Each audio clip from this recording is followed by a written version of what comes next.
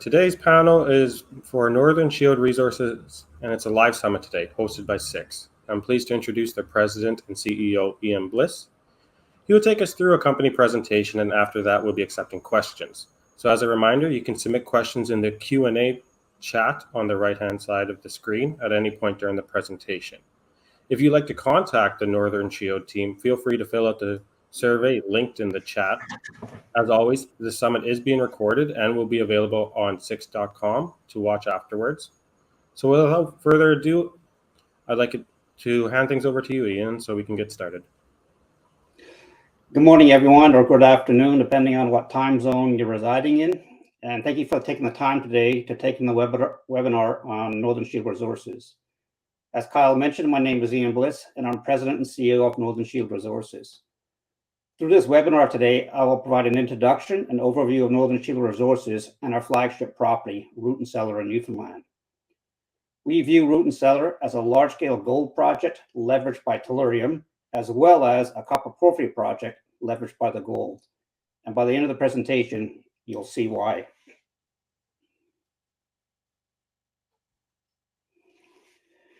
Root and Cellar is located about 3.5 hour drive from St. John's, the capital of Newfoundland. Recent discoveries in Newfoundland have shown that the province does indeed host world-class deposits, but in the past it somewhat unfairly suffered from the reputation of basically a lot of smoke but no fire when it comes to mineral endowment.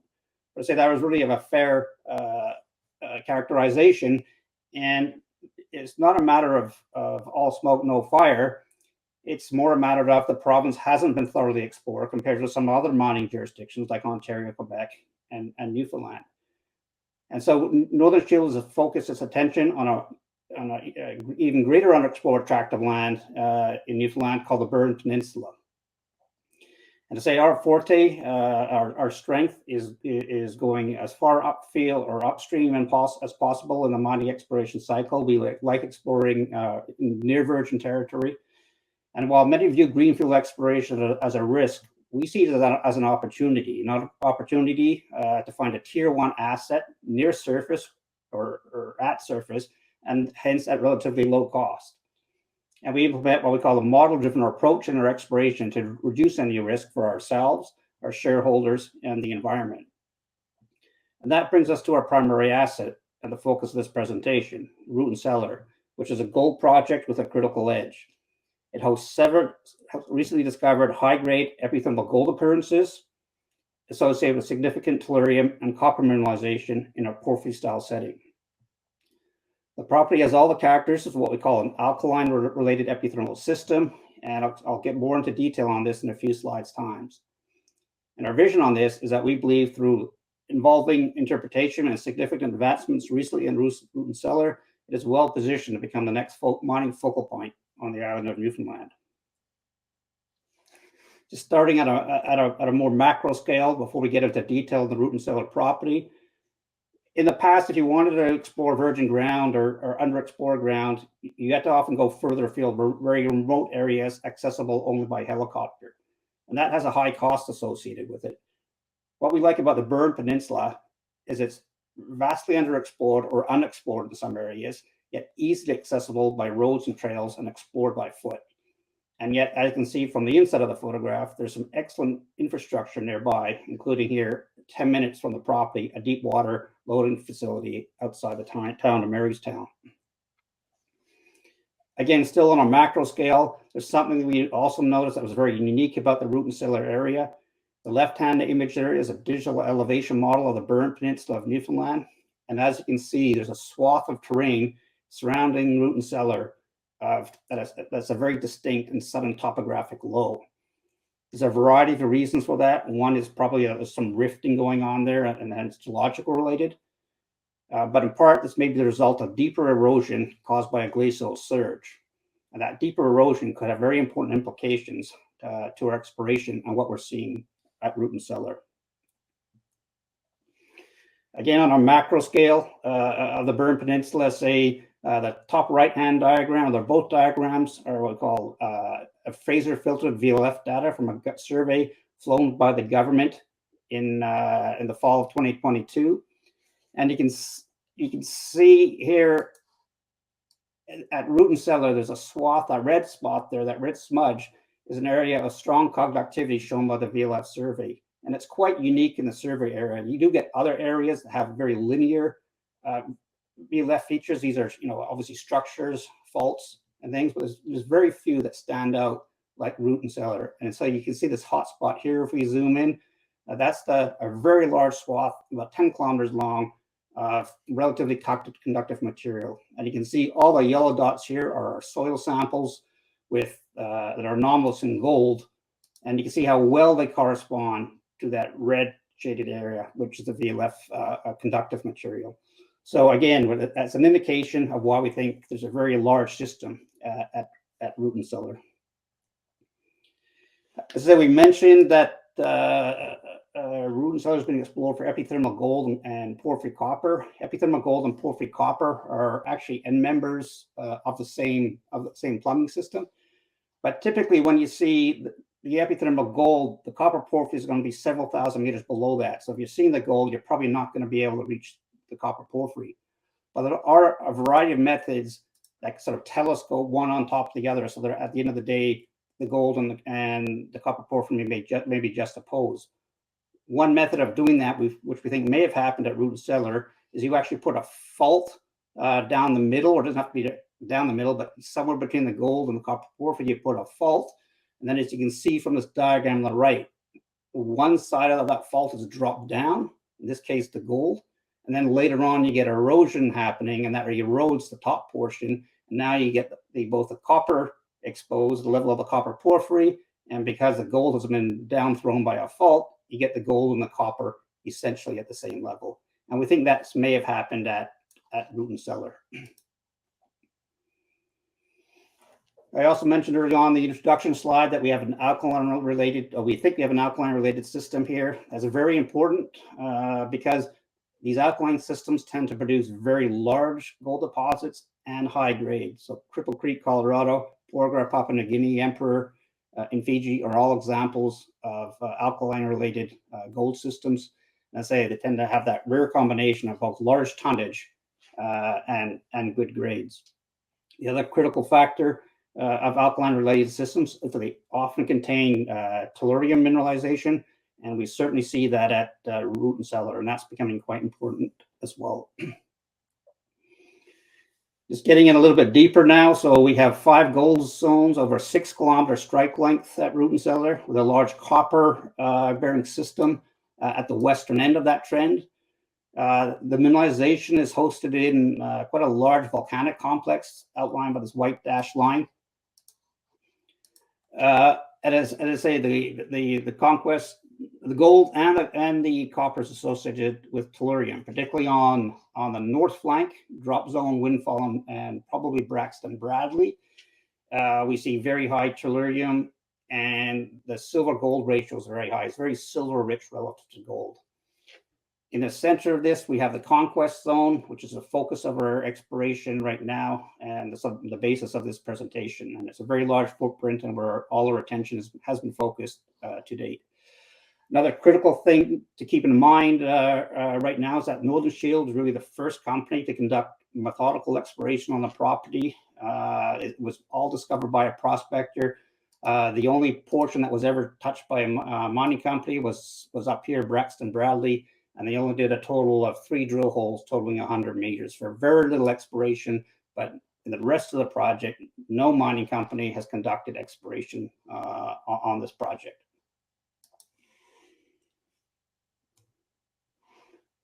So I said most the focus is on the Conquest area. This is where the prospector originally discovered in a hand-dug trench 48 grams per ton gold, including some visible gold. Since Northern Shield's involvement, we've now stretched it out to about a 700-meter strike length of near continuous gold mineralization. As you can see, with some very high grades around, with up to 111 grams per ton that was just discovered before Christmas, along with some visible gold. Another sample of 31 grams per ton, also with visible gold. So we've expanded it, say, quite significantly in the east-west direction, and we're also pushing now northward along some structures that we've since identified, and it's over 700 meters north-south as well. So quite a large footprint that we're developing on surface mineralization. There's a variety of mineralization styles. These are quartz veins, stockworts, breccias, and disseminated sulfide. So it's important to see a variety of mineralization styles. It tends to mean that it's a long-lived system, and long-lived systems often grow into very large deposits. So it was the Conquest zone here that was the focus of the maiden drill program in 2021. And you can see here's hole number 5 drilled into this fault zone, which we'll take a closer look at. And I say the results weren't quite as high as we expected. Really the best result was 1.4 grams over just under 8 meters. But this is mineralization all within 30 meters of surface. And in a few more slides, we'll get on to why we didn't get the results that we were hoping for. But there was gold at the individual highest sample was just under 6 grams per ton. But interesting too, there's a very strong potassium rate associated with the gold, which is not unusual with gold. But it's a very good pathfinder, and where we're seeing elevated potassium, very quickly we start finding gold or the structures containing the gold. So this is an image of the chargeability from the 2021 IP survey. It was actually remodeled after the drilling, and all these hot spots, the pinks, are the zones of chargeability, and you can see our drill holes are basically drilling parallel to a number of these remodeled IP chargeability anomalies.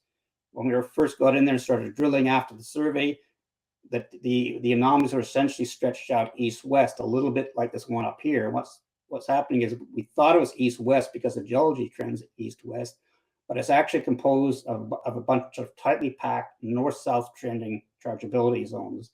And so we see that now in the remodeled data, but we didn't prior to drilling. And so you can see a number of these holes, they got sniffs of gold, but they didn't get high grade because they didn't go through the heart of these chargeability anomalies. So we've more recently run a second IP survey to better delineate these things. I say the original survey was run north-south, thinking the target was east-west, but now it turns out the main feeders are north-south. So when you run your lines parallel to your target, you can kind of see where they are off to the side, but you can't really judge where they are. And so it's much better to run a survey perpendicular to them, which we've just completed.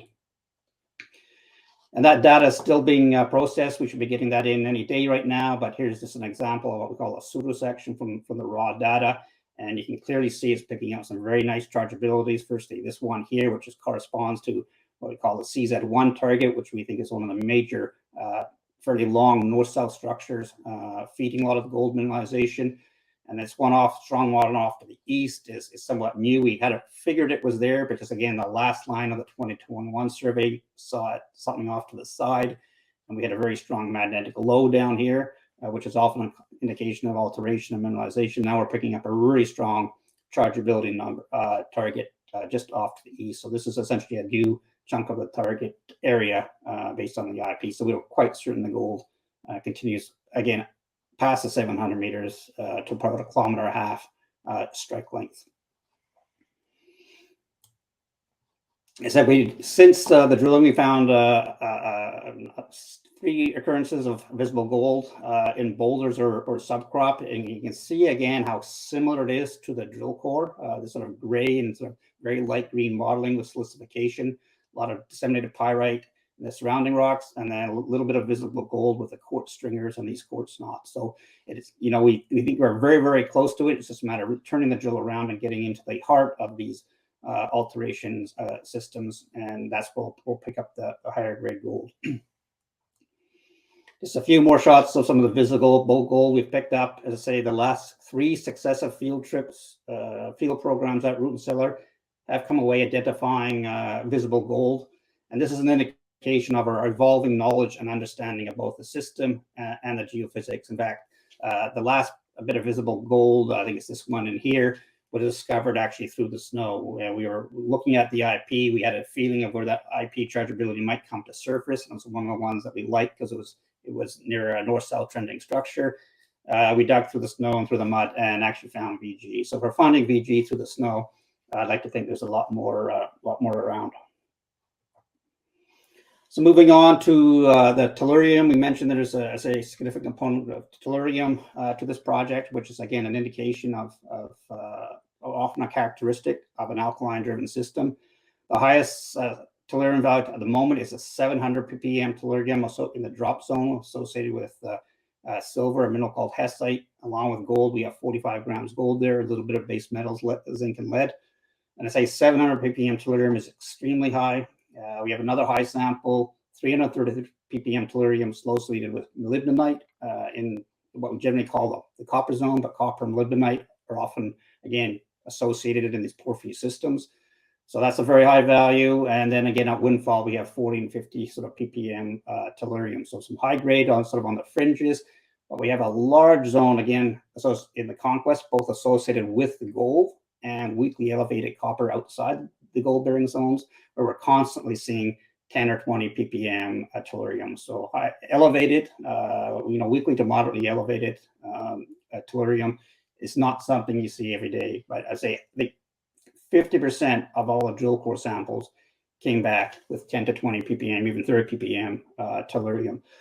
So that's important not only because of the potential added value to gold and or copper at the end of the day when you deposit, but tellurium is also a very good indicator of the fertility of a copper porphyry system. It often sort of leaks to surface above where you're getting your mineralization. So as I say, it's not only directly associated with the gold, but it's a very good indicator for the copper porphyry potential. And why is tellurium important? It's not one. It is now deemed a critical metal. It's actually one of the rarest elements on the planet. It's 8 times more rare than gold, and it's probably one of the critical metals that's least heard of right now. But I think that's going to change very rapidly in the coming months or even a year, because its main use is in solar panels and in semiconductors, but particularly solar panels. Most of our solar panels now come from China, with a small amount being produced in the United States. But it's used in these solar panels. So again, we're going to be needing a lot more tellurium for that. But much more importantly is these experimental, very high efficiency lithium tellurium batteries that are being, as they worked on right now. And they carry, somewhere between actually 3 to 10 times the energy for the same weight as a lithium ion battery. They're also what we call a solid state battery. So they don't have the flammability that some of these lithium ion batteries do. And so obviously, now if they can, there's a few sort of wrinkles in the experimental stage, but the talk of the town is that these wrinkles will be worked out in the near future. And so we have a battery now that's going to last, your Tesla, whatever, is going to be lasting 2, 3, or even 10 times longer, because they have a much higher charge capacity, specifically at a lower weight. And that's again important for things like drones, which are becoming more common and are very sensitive to battery weight. So we think tellurium, it's a critical metal, and I think we're all gonna be hearing a lot more about it in the very near future. Then moving on to the copper, as I say, we have the copper is a very distinct zone from the gold. You can see it in here, where in this area here we have copper. Both the squares are rock samples, anomalous copper. The circles are soil samples.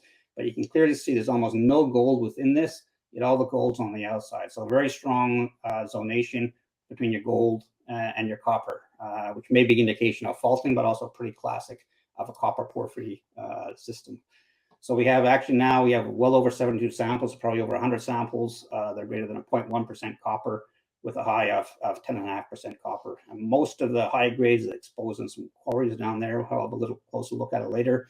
So these are quarries that are being operated preparing road crush and gravel. And that's where we're finding a lot of the copper bearing material at the moment. We take a closer look at the evidence for this copper porphyry system. Here's again our copper bearing zone in the middle, then on the flanks or the shoulders, highlighted in these orange polygons, are what we call shoulder anomalies. And specifically in this case, they're very anomalous in arsenic and antimony, and these are classic halo anomalies for copper porphyry systems. So you don't get it right above the main mineralization, you get them on the flanks or the shoulders. And you can see very clearly here, outlined by these orange polygons, these arsenic antimony anomalies are creating a halo around the copper. We also have a lot of indications of the classic copper alteration shells that form around the deposit, specifically one propylitic alteration, which is dominated by epidote chlorite, a little bit of carbonate. They often call it the green rock environment. You can see from this photo, with all the greens crossed by epidote, that sort of potassium green color.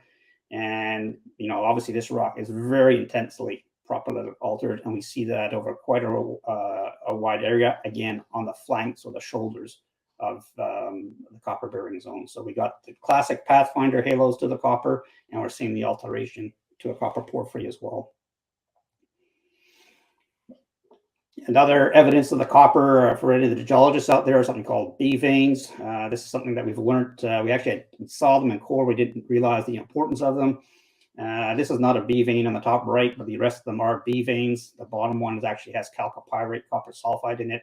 But B veins are a very good indicator of copper porphyry systems. And I say, we didn't realize really the importance of these until more recently. But again, it's more evidence pointing very clearly to a copper porphyry, and likely a fertile copper porphyry system. So just getting more onto the model of the copper porphyry, I say most of the mineralization has been found in these quarries. The top right-hand image is a quarry, say that they're blasting right now to create road crush. And these are basically what we call vent breccias or phreatomagmatic breccias. They're caused by the interaction of hot magma at depth. This would be an intrusion, a granite intrusion of sorts, or some other alkaline intrusion that interacts with groundwater. It creates an explosion, so all the other rock above it is broken up into fragments, and that's where we're seeing a lot of the copper today. Is where copper is leaking out through all the fractures and void spaces in these breccias that they say they're pouring for road crush. And the fact that we're seeing up there suggests that either below or somewhere just off to the side is likely the intrusion that's causing these brecciations, and it's just on top of those intrusions that you expect to find the main copper porphyry mineralization. But again, certainly we have the right environment, we have the alteration, we have the halos, and now we're seeing copper in these vent breccias that were likely caused by an intrusion just below, interacting with groundwater and sort of exploding, and then all the copper sort of leaking out through those fracture points. Moving on to this is a really good summary slide of what's happening at Root and Cellar. And it's really an evolving interpretation supported by multiple data sets, not just one data set. And it's indicative of an alkaline-related epithermal copper porphyry system that's sort of been telescoped to be juxtaposed by each other. I said the work to date has defined a very large footprint of gold mineralization, often associated with tellurides. Visible gold becoming more and more common, but that footprint, with just the gold mineralization, is about 700 meters up to about 1,000 meters north-south. The IP is stretching that further east and to the north. So if you include the IP, which we think of as source of some of the gold, then it's probably about 1.5 kilometers by 1.5. So a large footprint of the gold mineralization. And I say this is not just one data set. We have multiple IP surveys now showing the chargeability zones. We have the geochemistry of the mineralization, we have the magnetics, which helps develop the structure. So all this is based on collaborative evidence from multiple data sets. Then, of course, you got the copper showing just to the west of the gold. And you can see underneath that, this is sort of a 3D image. It's actually the topography has been exaggerated here just to make it clear. But underneath that, we have a magnetic anomaly. That is probably the intrusion. Often these granitic copper porphyry intrusions have a magnetic core. So you see at depth here, underlying this copper zone and mimicking its shape, you have a magnetic anomaly, which we believe is that intrusion. And then hopefully you're sitting on top of that cap of that intrusion is the copper porphyry mineralization. So, we have, here's this fault. You can very clearly see the topography. You see it in the magnetics as well. So this may be that fault that has dropped down that epithermal gold occurrence that would have been much higher, dropped it down, and then erosion has eroded down to the level or near the level of the copper porphyry, and also at the level of the gold that's been down thrown. So both on the gold and on the copper side, we have sort of an evolving interpretation. Then our original work at Root and Cellar was definitely focused on the gold, but as time progressed, we realized that the copper porphyry potential was very real, And one of the things that kicked it off was the realization a few months ago about the amount of tellurium we had at Root and Cellar, and how important that was, to say, not just as an added value, but as an indicator for the copper porphyry. So I say the copper potentials is supported by the pathfinder elements, the alteration, the geology, the magnetics, as you can see from this image, and the copper mineralization itself that we're finding quite extensively in that green shaded area that sits right on top of that magnetic anomaly. So a very good summary of Root and Cellar, showing both a large footprint for the gold as well as the copper porphyry.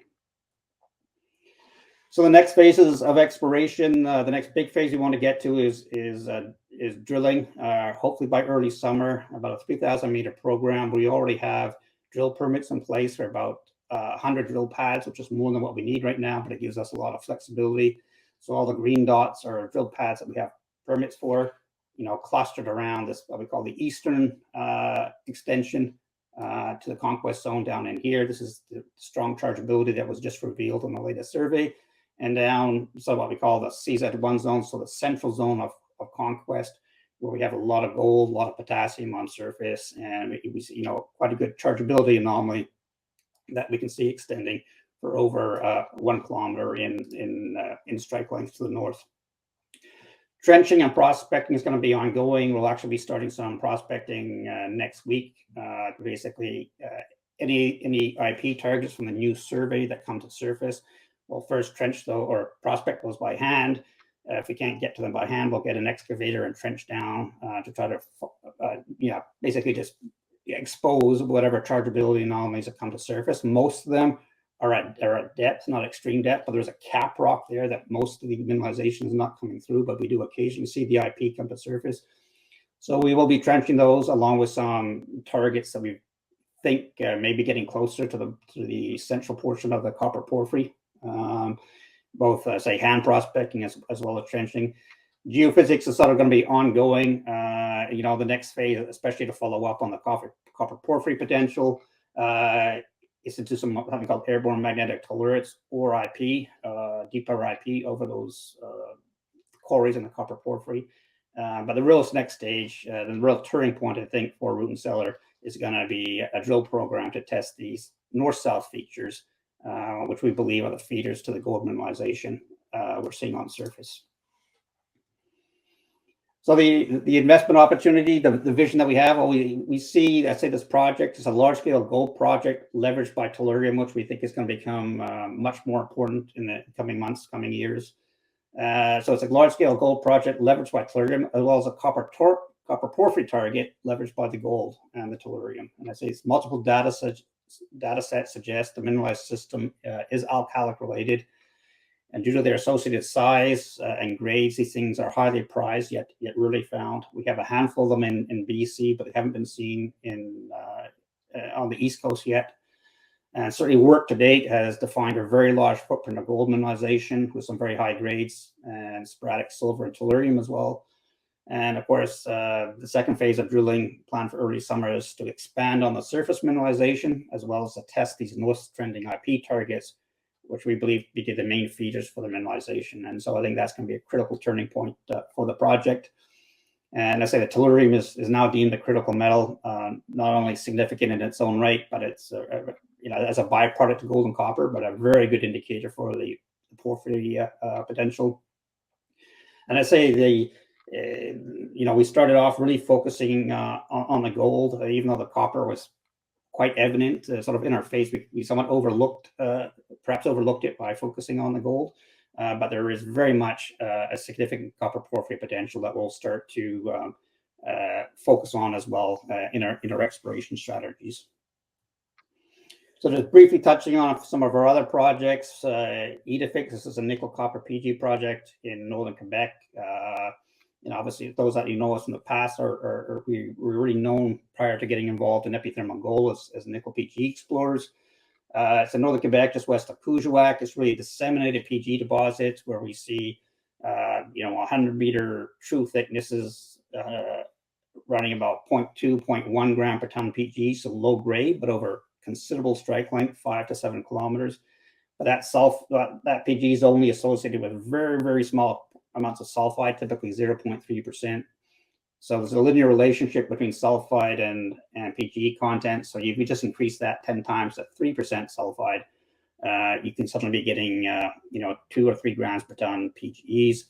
But we also have in that property, very interestingly, are these blebs of sulfide running spectacular grades of nickel copper PGEs, sort of around 2 to 3, 4% nickel, 2 to 4% copper, and up to 53 grams palladium. So these are bubbles of sulfide that indicate that would have come from a massive sulfide pool when the massive sulfide pool was still liquid. And so the question is, does some of that pool of massive sulfide still exist? So quite an interesting project with the current demand for nickel copper PGEs, but it's remote, so it's expensive to operate.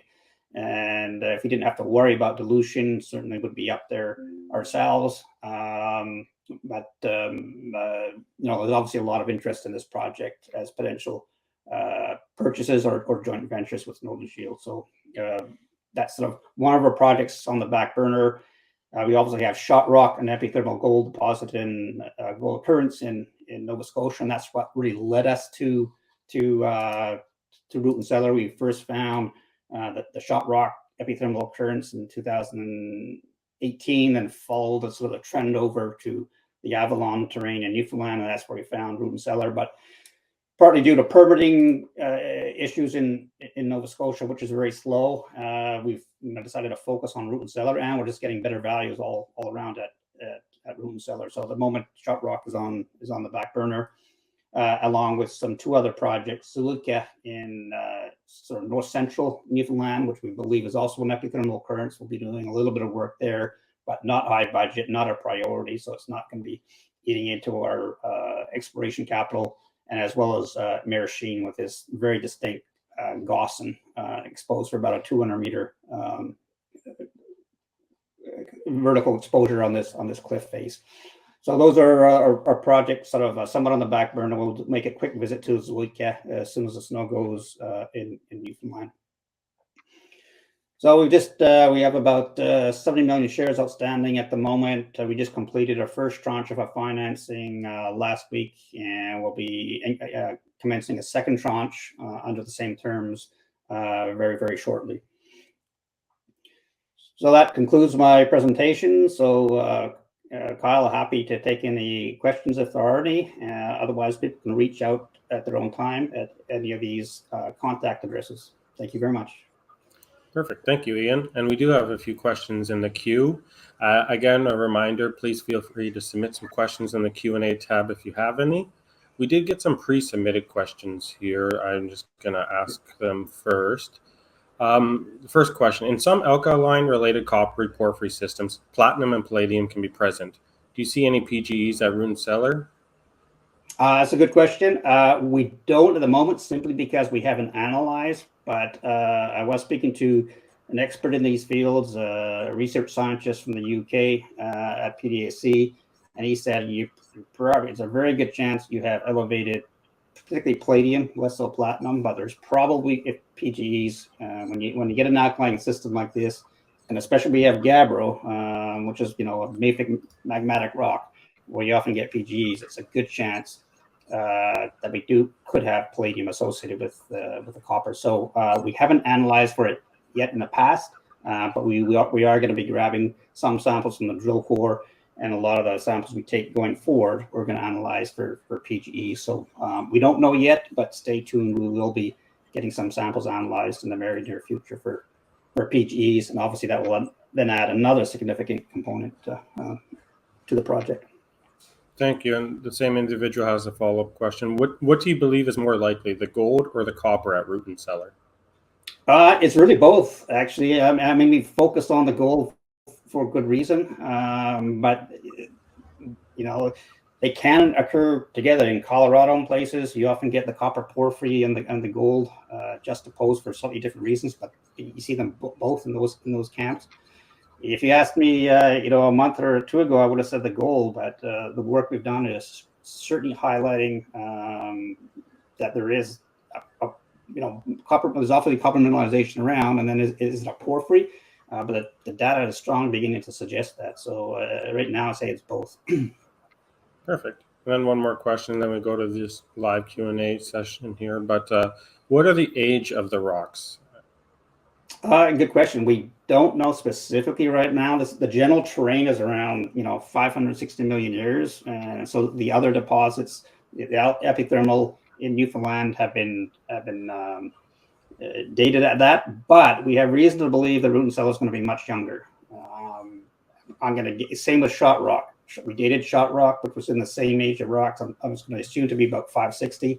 It turned out to be about 320, I think. So I think root and cellar is going to be the same again. Is going to be much younger. The rocks are, other than altered, they're not beat up like the rest of the Burren Peninsula. They haven't had the same deformation.